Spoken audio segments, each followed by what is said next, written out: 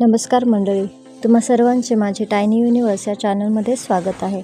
आज आपण बनवणार आहोत मटन करी। यासाठी आपल्याला लागणार आहे कांदा, खोबरं हे आपण भाजून घेतलेलं आहे, अद्रक, लसूण, टोमॅटो, कोथिंबीर। यामध्ये आपण हे मिश्रण वाटताना अद्रक लसूण हे वेगळं वाटलेलं आहे, कारण की आज आपण फ्राय पण बनवणार आहोत, त्यामुळे त्यासाठी वेगळं लागणार आहे।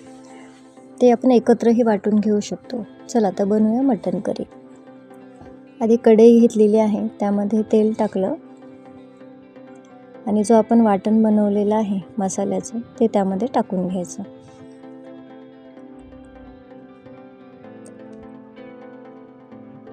आणि नॉनव्हेजचं कसं जितकं तुम्ही मसाला भाजून घ्याल तितकं ते तुम्हाला टेस्ट चांगली लागते।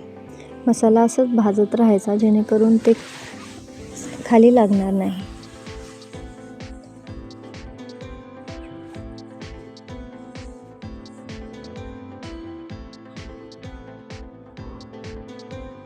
आता यामध्ये आपण अद्रक लसूण पेस्ट टाकणार आहोत।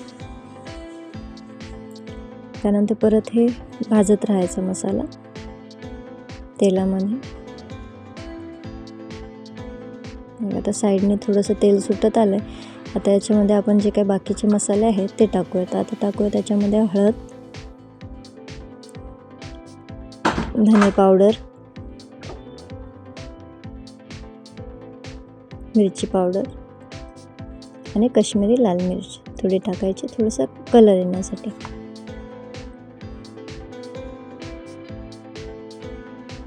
गरम मसाला। आता परत हे मसाला आपण फिरवून घेऊयात।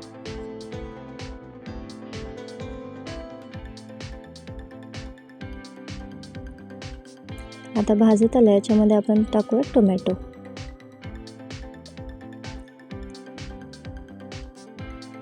पूर्ण टोमॅटो याच्यामध्ये मॅश होईपर्यंत ते भाजत राहायचं।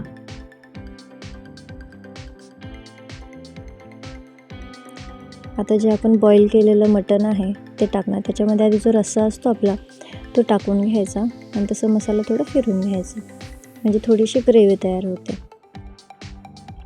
आणि त्यानंतर यामध्ये आपण मटण टाकूयात।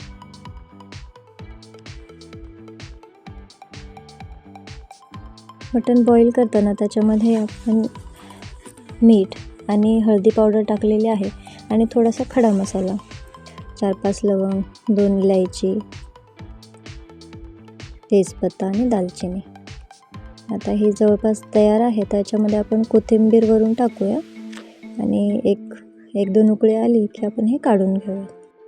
आता आपली मटन करी तयार आहे। तुम्हाला हा जर व्हिडिओ आवडला असेल तर लाईक, शेअर आणि सबस्क्राईब करायला विसरू नका। धन्यवाद।